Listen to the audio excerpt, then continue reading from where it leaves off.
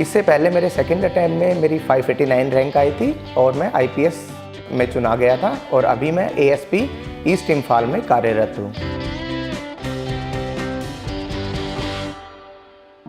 मैं बेसिकली एक गांव से बिलोंग करता हूं जिसका नाम है टीट गांव नाम है और ये रेवाड़ी डिस्ट्रिक्ट में सिचुएटेड है। मैंने अपनी स्कूल की शिक्षा 12वीं तक गांव के सरकारी स्कूल से ही प्राप्त की है। अब जैसे आप यकीन मानिए मैं जिस गांव से बिलोंग करता हूं वहां का मैं फर्स्ट आईएएस हूं। मेरे एमबीबीएस के दिनों के दौरान मुझे लगा कि एज ए डॉक्टर मैं बहुत अच्छा काम कर सकता हूँ सोसाइटी के लिए, लोगों के लिए, लेकिन कहीं ना कहीं बहुत सारी चीज़ें हैं जिनको एज ए डॉक्टर आप सॉल्व नहीं कर पाते हैं। तो फिर मेरे को लगा कि कहीं ना कहीं इससे बड़ा कोई प्लेटफॉर्म होगा जिसके माध्यम से मैं इन लोगों की, आम लोगों की, सिंपल लोगों की, जो मेरे जैसे ग्रामीण पृष्ठभूमि के लोग हैं जिनके सामने जो समस्याएं आती हैं उनको सॉल्व कर सकता हूँ। हम ग्रामीण पृष्ठभूमि के लोग होते हैं, उनका प्रॉपर गाइडेंस की कमी होती है, हमारे पास संसाधन नहीं होते, न्यूज़पेपर नहीं आता है और परिवार में या समाज में आप किसी आईएएस आईपीएस से मिले नहीं होते, आपको पता नहीं होता इंटरव्यू की कैसे प्रिपेयर करें। पिताजी ने हमेशा मेरे को अपने साथ रखा, अपने गवर्नमेंट स्कूल में पढ़ाया।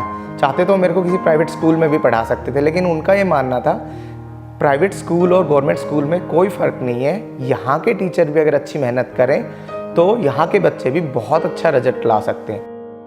मेरी बहुत अच्छी प्रिपरेशन थी फर्स्ट अटैम्प्ट में भी, लेकिन मैंने गलती क्या की, मैं ओवर थिंकिंग के ट्रैप में चला गया, जिसकी वजह से क्या हुआ कि मैं ऑप्शनल पेपर से 2 रात पहले सो ही नहीं पाया। रात को पूरी 2 रात नहीं सोया और मेरे ऑप्शनल में जस्ट 239 मार्क्स आए।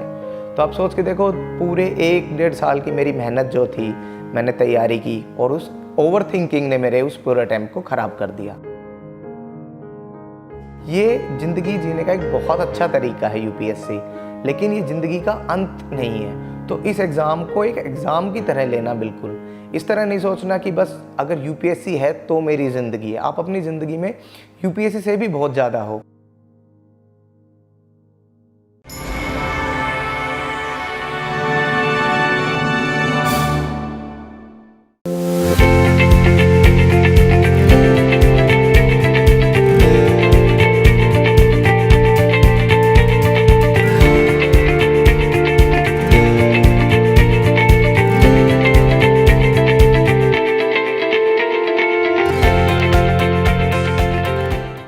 हेलो एवरीवन, मेरा नाम पंकज यादव है और मैंने इस साल 56 रैंक हासिल की है यूपीएससी सिविल सर्विस परीक्षा में।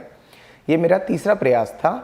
इससे पहले मेरे सेकंड अटैम्प्ट में मेरी 589 रैंक आई थी और मैं आईपीएस में चुना गया था और अभी मैं एएसपी ईस्ट इम्फाल में कार्यरत हूँ। आज डीकेटी के माध्यम से मैं अपनी सक्सेस स्टोरी आप सब लोगों के साथ शेयर करना चाहता हूँ।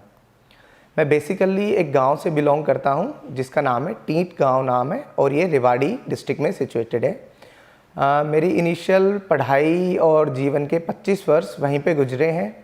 मैंने अपनी स्कूल की शिक्षा 12वीं तक गांव के सरकारी स्कूल से ही प्राप्त की है। उसके बाद मैंने पीएमटी की परीक्षा पास की और गवर्नमेंट मेडिकल कॉलेज से एमबीबीएस किया। मेरे एमबीबीएस के दिनों के दौरान मुझे लगा कि एज ए डॉक्टर मैं बहुत अच्छा काम कर सकता हूँ सोसाइटी के लिए, लोगों के लिए, लेकिन कहीं ना कहीं बहुत सारी चीज़ें हैं जिनको एज ए डॉक्टर आप सॉल्व नहीं कर पाते हैं। तो फिर मेरे को लगा कि कहीं ना कहीं इससे बड़ा कोई प्लेटफॉर्म होगा जिसके माध्यम से मैं इन लोगों की, आम लोगों की, सिंपल लोगों की, जो मेरे जैसे ग्रामीण पृष्ठभूमि के लोग हैं जिनके सामने जो समस्याएँ आती हैं उनको सॉल्व कर सकता हूँ। उसके बाद मैंने 2016 से अपनी यूपीएससी की तैयारी आरंभ की। मेरा फर्स्ट अटैम्प्ट में इंटरव्यू क्लियर नहीं हुआ, जिसके कारण बहुत से कारण हैं। जो सबसे पहला कारण है कि हम ग्रामीण पृष्ठभूमि के लोग होते हैं, उनका प्रॉपर गाइडेंस की कमी होती है, हमारे पास संसाधन नहीं होते, न्यूज़पेपर नहीं आता है और परिवार में या समाज में आप किसी आईएएस आईपीएस से मिले नहीं होते, आपको पता नहीं होता इंटरव्यू की कैसे प्रिपेयर करें। तो वो मेरा फर्स्ट अटैम्प्ट था जिसमें मेरा इंटरव्यू क्लियर नहीं हो पाया था। उसके बाद सेकंड अटैम्प्ट में मैंने धीरे धीरे अपनी गलतियों से सीखा, कुछ पता लगाया कि कहाँ कमी थी। ऑप्शनल में मेरे मार्क्स काफ़ी कम आए थे सेकंड अटैम्प्ट में। इंटरव्यू में मेरे साथ प्रॉब्लम थी। फर्स्ट अटैम्प्ट में 135 मार्क्स स्कोर किए थे मैंने आउट ऑफ 275। तो ये छोटी छोटी गलतियाँ थी जिनको मैं सुधारता चला गया और जिसके कारण सेकंड अटैम्प्ट में मेरे 589 रैंक आई और मुझे आईपीएस मिला। तो एक मेरा ये मानना है कि इंसान, इस जर्नी से मैंने यही सीखा कि इंसान जो चाहे वो अचीव कर सकता है। स्पेशली मेरे जैसे ग्रामीण पृष्ठभूमि के लोग, जिनके बैकग्राउंड में कोई बड़ा अधिकारी नहीं है, या जिन्होंने कभी बड़े अच्छे फैंसी स्कूलों से शिक्षा नहीं ली है, या जो बड़े कोचिंग संस्थानों में नहीं गए हैं, तो पहला पॉइंट मेरा ये है कि अगर आप लाइफ में कुछ बड़ा करना चाहते हैं तो सबसे पहले ही आपकी ज़रूरत है कि आप खुद पे विश्वास करें। मैंने हमेशा यही देखा है कि हम सब लोग प्रतिभा में और मेहनत में अच्छे स्कूलों और अच्छे इंस्टीट्यूट से आने वाले लोगों के बराबर ही होते हैं या कहीं ना कहीं उनसे ऊपर होते हैं। जो हमारी मेन कमी होती है वो हमारा होता है अंडर कॉन्फिडेंस। हमें या तो किसी प्रिपरेशन में हम जाने से डरते हैं, या एग्ज़ाम का फॉर्म भरने से डरते हैं, या हमें डरते हैं कि पता नहीं मेरा होगा या नहीं होगा। इस विचार से बहुत सारे लोग क्या करते हैं, अटेम्प्ट ही नहीं करते एग्ज़ाम को। तो सबसे पहले सक्सेस होने के लिए ज़रूरत है कि आप अपनी खुद के ऊपर विश्वास रखें, अपने ऊपर देखें कि मेरा ये लक्ष्य है और मैं इसको अचीव कर सकता हूँ। सिर्फ अपने आप को देखें, बाकी सारी चीज़ें एक्सटर्नल हैं। एक बार आपने खुद से यकीन बना लिया कि मेरे को ये इस डायरेक्शन में जाना है, मेरे को ये एग्ज़ाम क्रैक करना है, मेरे को उस डायरेक्शन में जाना है, तो फिर उस पर अपने सपनों की डायरेक्शन में प्रॉपर मेहनत करें। अब दूसरा पॉइंट आता है, जब आपने एक बार डिसाइड कर लिया है कि मेरे को उस डायरेक्शन में जाना है, तो दूसरा आता है कन्विक्शन। किसी भी ड्रीम के लिए वो कन्विक्शन आएगा कैसे? उसके लिए आपको खुद से सवाल पूछना चाहिए कि क्या मैं जिस कार्य को करने जा रहा हूँ, क्या मैं उसको दिल से चाहता हूँ, या मैं किसी और के लालच में या दबाव में आके उस चीज़ को, उस लक्ष्य को प्राप्त करने की कोशिश तो नहीं कर रहा हूँ। अब जैसे सिविल सेवा में आने का मेरा मेन कन्विक्शन था मेरे फादर से। पिताजी ने हमेशा मेरे को अपने साथ रखा, अपने गवर्नमेंट स्कूल में पढ़ाया। चाहते तो मेरे को किसी प्राइवेट स्कूल में भी पढ़ा सकते थे, लेकिन उनका ये मानना था प्राइवेट स्कूल और गवर्नमेंट स्कूल में कोई फ़र्क नहीं है, यहाँ के टीचर भी अगर अच्छी मेहनत करें तो यहाँ के बच्चे भी बहुत अच्छा रिजल्ट ला सकते हैं। उसी वजह से मैंने 12th से MBBS, 12th से गवर्नमेंट स्कूल में पढ़ने के बाद MBBS किया, और फिर उसके बाद सेम गवर्नमेंट मेडिकल कॉलेज में पढ़ने के बाद UPSC की परीक्षा में 589 रैंक हासिल की। तो दूसरा पॉइंट है आपका कन्विक्शन का, कि खुद से देखें आप कि कितना ज़्यादा आपको अपने सपनों पे विश्वास है। अब आती है बात तीसरी, जो लोगों को मैं बताना चाहता हूँ, जो सिंपल से पृष्ठभूमि से आते हैं, जो गांव में रहते हैं, इलेक्ट्रिसिटी नहीं आती है, सड़क कनेक्टिविटी नहीं है, इंटरनेट नहीं है, या फिर आप कोचिंग नहीं ले सकते हैं, तो कहीं ना कहीं आप लोगों में प्रतिभा की कमी नहीं है, आप लोगों में कमी है सिर्फ एक प्रॉपर गाइडेंस की और एक प्रॉपर डायरेक्शन की। वो डायरेक्शन आपको कैसे मिलेगी?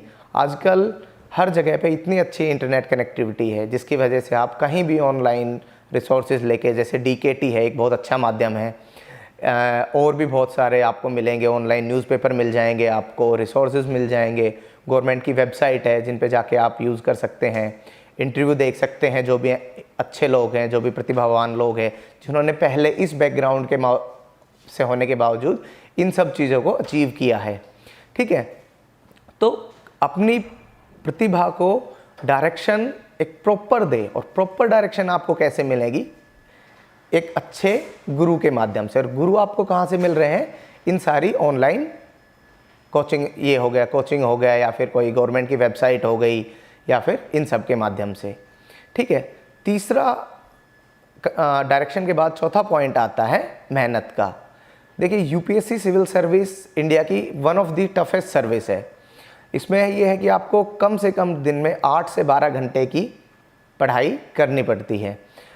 अगर आप जॉब कर रहे हैं तो भी कहीं ना कहीं आपको 5 से 6 घंटे तो फिर भी मैनेज करने ही करने होंगे, चाहे वो आप अपने जॉब से आने के बाद करो, मॉर्निंग में करो। आप अगर किसी जॉब पे जा रहे हैं, सफ़र कर रहे हैं, सफ़र करते वक्त ऑनलाइन आप ऐप डाउनलोड कर सकते हैं, न्यूज़पेपर पढ़ सकते हैं, वापस आ रहे हैं लेक्चर देख सकते हैं, ऑनलाइन सीरीज़ देख सकते हैं। ये हो रहा है तो रात को थोड़ा सा समय निकालिए, जो बाकी का समय है उसमें आप कटौती कर सकते हैं। 6 से 8 घंटे की नींद सभी के लिए सफिशिएंट होती है, आप उसमें अपना सब कुछ कर सकते हैं। ठीक है, बाहर की जो डिस्ट्रैक्शन अन्य वो होती हैं, जैसे कि सोशल मीडिया है, उस पर आप अपना समय थोड़ा सा कम कर सकते हैं। सोशल गैदरिंग में आप कम कर सकते हैं, शादी में, किसी की पार्टी में, फंक्शन, इन सब में जाना आप कम कर सकते हैं। तो इस तरह से होता है टाइम का मैनेजमेंट। तो एक अच्छा टाइम का मैनेजमेंट 8 से 12 घंटे का आपके लिए सफलता को सुनिश्चित कर देगा। इसके बाद अगला पॉइंट आता है कि परसिस्टेंस और रेगुलरिटी का। यूपीएससी एक ऐसी परीक्षा है जिसमें आप अगर अपना 100% भी देते हैं तो कहीं ना कहीं कुछ परसेंट लक का फैक्टर होता है इसमें। जैसे मान लो आपने प्री का पेपर दिया है तो थोड़ा सा हो सकता है उस साल आपने जो पढ़ा है वहाँ से क्वेश्चन कम आए, मेंस में आपके ऑप्शनल टफ आ गया, इंटरव्यू में आपको किसी ने अच्छे मार्क्स दिए, हो सकता है आपका मूड ख़राब हो, इंटरव्यू लेने वाले का थोड़ा सा मूड सही ना हो। तो कुछ चीज़ें हैं जिनको हम कभी नहीं बदल सकते। तो यहाँ पे कौन सा रोल प्ले करता है, यहाँ पे काम करता है आपका परसिस्टेंस। फर्स्ट अटैम्प्ट में ना हो तो कभी भी हार नहीं माननी चाहिए अपने आप को ना। आप देखिए मैंने ये सोच के आया था कि मैं फर्स्ट अटैम्प्ट में क्लियर करूँगा, पूरे 10 से 12 घंटे की पढ़ाई करता था, फिर भी मेरा जाके थर्ड अटैम्प्ट में मेरे को मेरा आईएएस में सिलेक्शन हुआ। तो इसमें अगर आपका फर्स्ट अटैम्प्ट में ना भी हो, सेकंड में ना हो, थर्ड में ना हो, तो दिल छोटा करने की या घबराने की बात नहीं है। जिस इंसान का फर्स्ट अटैम्प्ट में होगा उसको भी वही सेम रैंक मिलेगी और जिसका 7th अटैम्प्ट में होगा उसको भी सेम रैंक मिलेगी, ठीक है। तो इसमें दिल छोटा करने की या लक्ष्य से दूर हटने की कोई ज़रूरत नहीं है। हाँ, आप ये ज़रूर कर सकते हैं कि अपनी स्ट्रेटजी को देख सकते हैं कि भाई मैंने कहाँ गलती की, मेरे ऑप्शनल में कहाँ गलती की, मेरी राइटिंग प्रैक्टिस में गलती थी, या फिर मैंने प्रॉपर मॉक नहीं लगाए। इन सब चीज़ों पे आप थोड़ा थोड़ा ध्यान दे के अपनी स्ट्रेटजी को सुधार सकते हैं, ठीक है। तो इसके अलावा एक और चीज़ जो मैं लोगों से, आप जो प्रतिभावान लोग हैं, आप जो तैयारी कर रहे हैं, आपसे कहना चाहता हूँ, आपने इस फील्ड में आने का सोचा है तो ये बहुत ही डेयरिंग लक्ष्य है।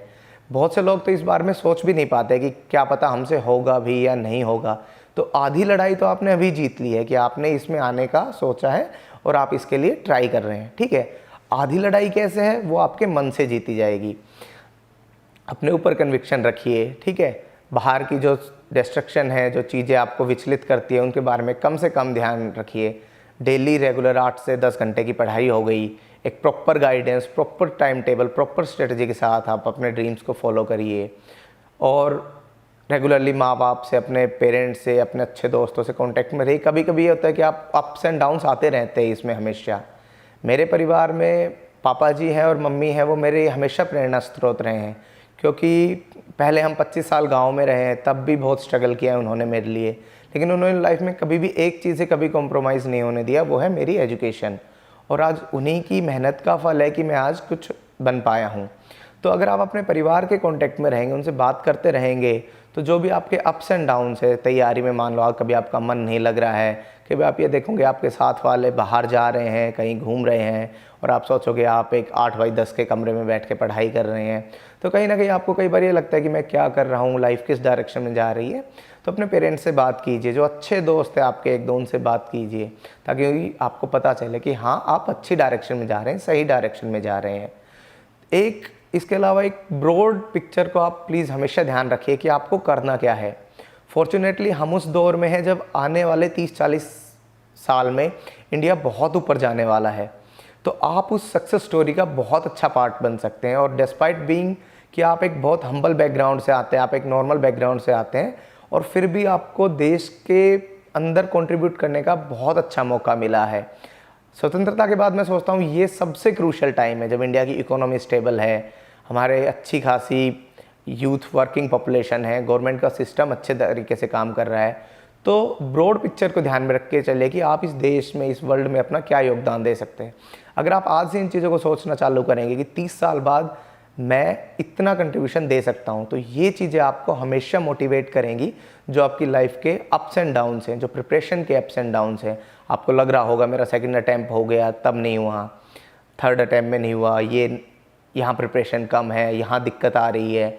अगर आप ब्रॉड पिक्चर को ध्यान में रखेंगे कि ये देखेंगे कि मैं कितना ज़्यादा इम्पैक्ट डाल सकता हूँ लोगों की लाइफ पे, अपने समाज में, मेरे आने वाली जनरेशन में, जो देखेंगे कि मेरे जैसा सिंपल या नॉर्मल बैकग्राउंड से जो लड़का आया है उसने आगे इतना अचीव किया है, तो हम सब अचीव कर सकते हैं। तो अब जैसे आप यकीन मानिए, मैं जिस गांव से बिलोंग करता हूं वहाँ का मैं फर्स्ट आईएएस हूँ। तो मेरे सेलेक्ट होने के बाद कम से कम 15-20 यंग बच्चे इंस्पायर हुए हैं यूपीएससी की प्रिपेयर करने के लिए। और मेरे को इसकी बात की सबसे बड़ी खुशी है कि अगर कोई गवर्नमेंट स्कूल में पढ़ा हुआ या कोई नॉर्मल, जिस बच्चे ने सिंपल कॉलेज से बीए बीएससी ग्रेजुएशन कर रखा है, और वो इस इंटरव्यू को देखे, वो देखे कि हाँ हम भी कर सकते हैं, क्योंकि मेरा बिल्कुल सेम बैकग्राउंड है, गवर्नमेंट मेडिकल कॉलेज से एमबीबीएस, गवर्नमेंट स्कूल से पढ़ाई और सेल्फ स्टडी के दम पे ही अपना सब कुछ अचीव करना। तो ये सारी चीज़ें जिनके हिसाब से आप अपने लक्ष्य को अचीव कर सकते हैं। इसके अलावा यूपीएससी में एक और सबसे बड़ी बात है, अगर आप सफल नहीं भी होते तो लाइफ में दिल छोटा करने का कोई वो नहीं है। ये ज़िंदगी जीने का एक बहुत अच्छा तरीका है यूपीएससी, लेकिन ये ज़िंदगी का अंत नहीं है। तो इस एग्ज़ाम को एक एग्ज़ाम की तरह लेना, बिल्कुल इस तरह नहीं सोचना कि बस अगर यूपीएससी है तो मेरी ज़िंदगी है। आप अपनी ज़िंदगी में यूपीएससी से भी बहुत ज़्यादा हो सकता है कि मैं आईएएस बना हूँ, मेरे को स्पोर्ट्स में बिल्कुल ज़ीरो हूँ, मैं ज़ीरो नहीं तो कोई स्पोर्ट्स में बहुत अच्छा हो, उसको पेंटिंग कम आती हो, इस तरह की चीज़ें हैं ना। तो आप अपने हॉबी है, अपने जो पैशन है, उसको हमेशा ज़िंदा रहने दें। इस एग्ज़ाम को लें, अच्छे से इसको एग्ज़ाम को दें, सिंसियरली लें, बिल्कुल अपने लिए 100% डेडिकेटेड रहे। लेकिन कभी ये मत सोच के चलना कि यूपीएससी से ही मेरी लाइफ बनेगी, ऐसा कभी बिल्कुल नहीं होता। क्योंकि आप इस एग्ज़ाम को अगर आप बिल्कुल 100% अपना सब कुछ बना लोगे तो आप कहीं ना कहीं ओवर स्ट्रेस में आ जाओगे, और वो चीज़ें कहीं ना कहीं बैकफायर करती है। जैसे कि ये गलती मेरे फर्स्ट अटैम्प्ट में हुई थी, इसलिए मैं आप सबको बता रहा हूँ। मेरी बहुत अच्छी प्रिपरेशन थी फर्स्ट अटैम्प्ट में भी, लेकिन मैंने गलती क्या की, मैं ओवर थिंकिंग के ट्रैप में चला गया, जिसकी वजह से क्या हुआ कि मैं ऑप्शनल पेपर से 2 रात पहले सो ही नहीं पाया। रात को पूरी 2 रात नहीं सोया और मेरे ऑप्शनल में जस्ट 239 मार्क्स आए। तो आप सोच के देखो, पूरे 1-1.5 साल की मेरी मेहनत जो थी, मैंने तैयारी की, और उस ओवर थिंकिंग ने मेरे उस पूरे अटैम्प्ट को ख़राब कर दिया। तो और मेरी गलती यही भी रही थी फर्स्ट अटैम्प्ट में कि मैंने कोई अपनी हॉबी, जैसे मेरे को वॉलीबॉल खेलना बहुत अच्छा लगता है, योगा करना बहुत अच्छा लगता है, तो मैंने सब कुछ छोड़ छाड़ के बिल्कुल एग्ज़ाम के लिए डेडिकेटेड हो गया था। तो अगर आप थोड़ा सा अपने हॉबी और पैशन को साथ साथ लेके चलोगे तो ये कहीं ना कहीं आपके मेंटल बैलेंस को बनाने में हेल्प करता है। आजकल जैसे योगा है, अगर आप प्रिपेयर कर रहे हैं तो मॉर्निंग में हाफ एन आवर उठ के आप योगा कर सकते हैं। तो उससे क्या होगा, आपका ईजिली आपका फोकस भी रहेगा और साथ में आपको ये भी लगता रहेगा कि आप राइट ट्रैक पे हैं, क्योंकि आपको एक आउटसाइड व्यू भी मिलता रहेगा इसके साथ। और अंत में बस मैं यही कहना चाहता हूँ, अगर आप सिंसियरली एक डेडिकेटेड तरीके से प्रॉपर गाइडेंस से अपनी प्रिपरेशन को ले जाते हैं और अपने साथ सच्चे रहते हैं कि भाई मैंने जितना सोचा था, क्योंकि इंसान के दिल को हमेशा पता होता है कि वो सही डायरेक्शन में जा रहा है या नहीं जा रहा है, तो उस तरीके से आप प्रिपेयर करते हैं अच्छी गाइडेंस के साथ, तो मैं मानता हूँ कि मेरी तरह हर कोई इस एग्ज़ाम को क्लियर कर सकता है बहुत अच्छी रैंक के साथ।